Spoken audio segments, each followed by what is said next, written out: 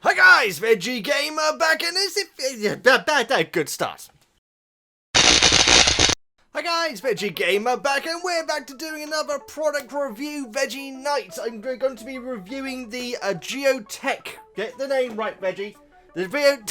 I'm such a professional. We are going to be looking at today, for nights, the VX4 premium wireless controller for the PlayStation 4, which also works on PC. VEGGIEKNIGHTS. If you're as old as I am, you'll remember when third-party controllers were literally horrendous. You knew how much your friend thought of you when you're like with a group of friends and you were the one who had the square plastic blue horrible controller that doesn't feel anything like what it should do.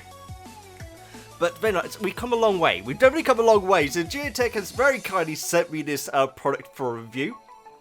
And here are my thoughts on it, VEGGIEKNIGHTS. I have also, back in, like a few months ago, in fact, also reviewed the WX4 premium wireless controller for the Switch and PC. And I raved about that, guys. I thought it was a really nice controller. I gotta say, this PlayStation 4 version, though, I would say it's it's similar, but just better in every way. It definitely feels nicer than its Switch alternative. It's got I feel like it's got slightly more weight to it in the shoulders. That may not be true. I haven't actually got the scales out, but it feels more substantial. The buttons definitely feel nicer. The D-pad feels nicer.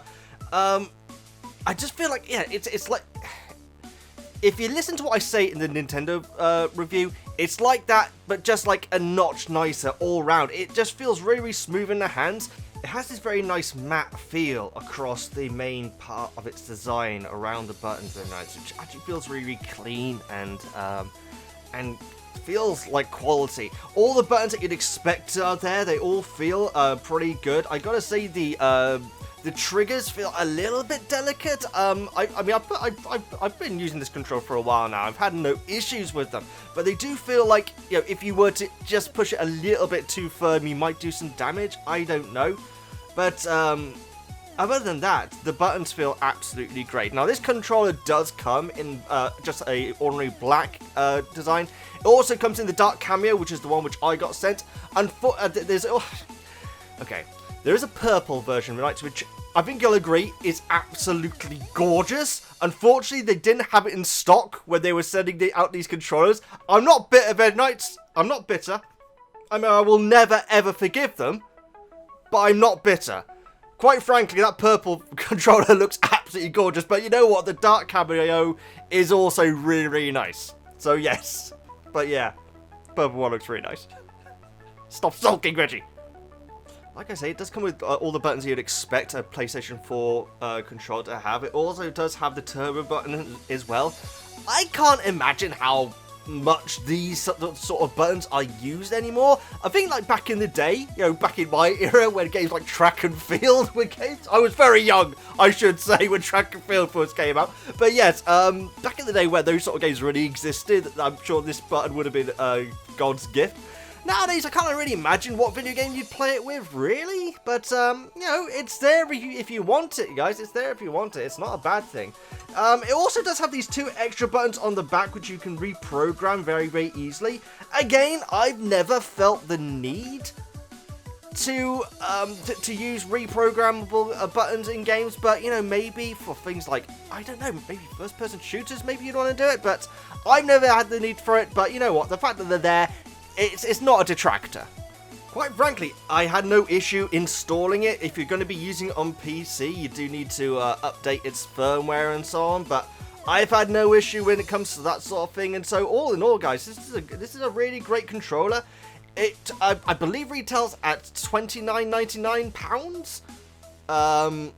And for this, I think that is a great price, guys. The fact is, controllers for games consoles are insanely expensive right now. In fact, I think that if you were to buy a PlayStation 4 controller new, it would be like 60 quid or something.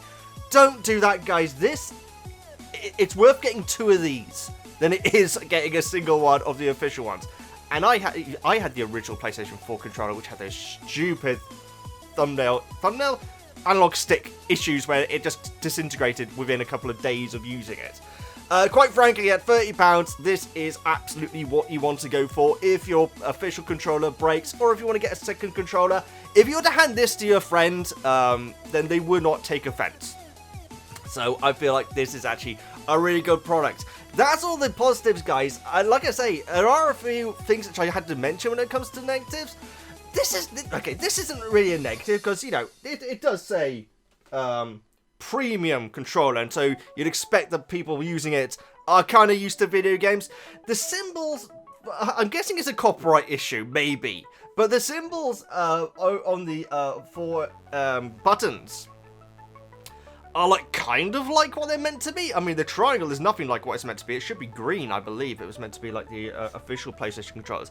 I'm guessing this is a copyright issue where they weren't allowed, maybe, to use the official icons, which is so strange because in the on the Switch version it has the usual buttons that you'd have there imprinted exactly what you the way that you'd expect, but in this you had this kind of cryptic thing. Like I say, if you're an experienced gamer, I don't think that really matters. The last time I really had to look at a controller was back when I was playing Shenmue back in the day, where that was like the first what are those things in video games called? Oh no, come on. When you have to quickly enter the button really quickly. Oh no, I can't remember what it is. I put it on screen there. You know the term, Vinite. I can't remember what the term is, but that sort of situation where you had to really learn the buttons, like really accurately, without being able to look at the controller. So for me, it's absolutely not an issue. If someone is new to gaming, it may be a significant issue actually if they are brand new to gaming and this is the only controller they have for reference, but you can always look up online and work out exactly where the buttons are marked. I just felt the need to mention that. Also, another thing which I do have to mention is that when I've been playing with the controller, my fingers have accidentally pressed the additional, let's have a look, they are the FN buttons, which are on the back. Then like suddenly a menu will pop up and I'll not know why. One thing that the Switch version does have over the PlayStation 4 version is that the Switch version does include 4 lights on the front showing you how much it's charged, and which player you are if there's multiple controllers being used. Now, obviously the PlayStation 4 official controller doesn't have that either, but quite frankly, that is such a nice addition. I feel like they could have easily fitted it in to this controller as well, just as a bonus, because I like to be able to see that, particularly when charging and stuff like that. What you do have is this tiny pinprick light, which is underneath the home button to show you that you are indeed playing. And one thing that I absolutely had to mention, guys, and this is unfortunate because it is literally just one video game which I experienced this on whilst playtesting this controller for a review.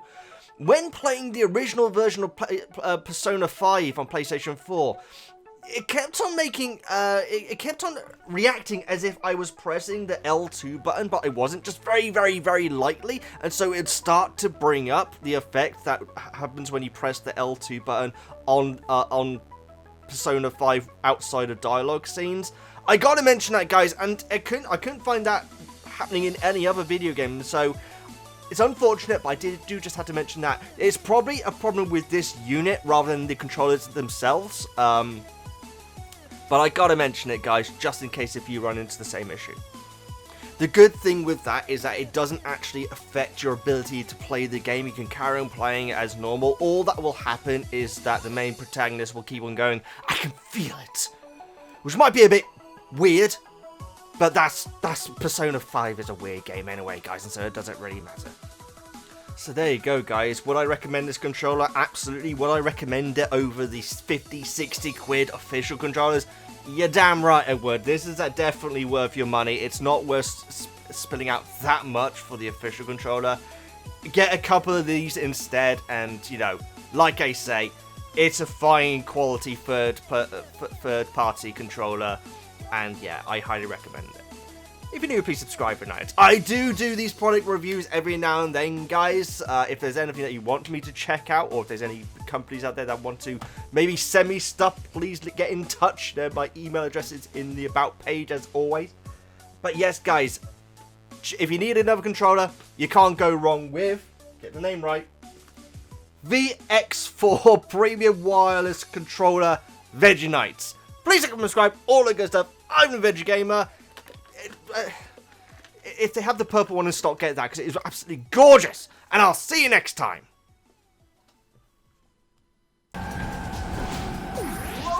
Come on! Blowfish forward! Ah, I hit myself! No! Finish!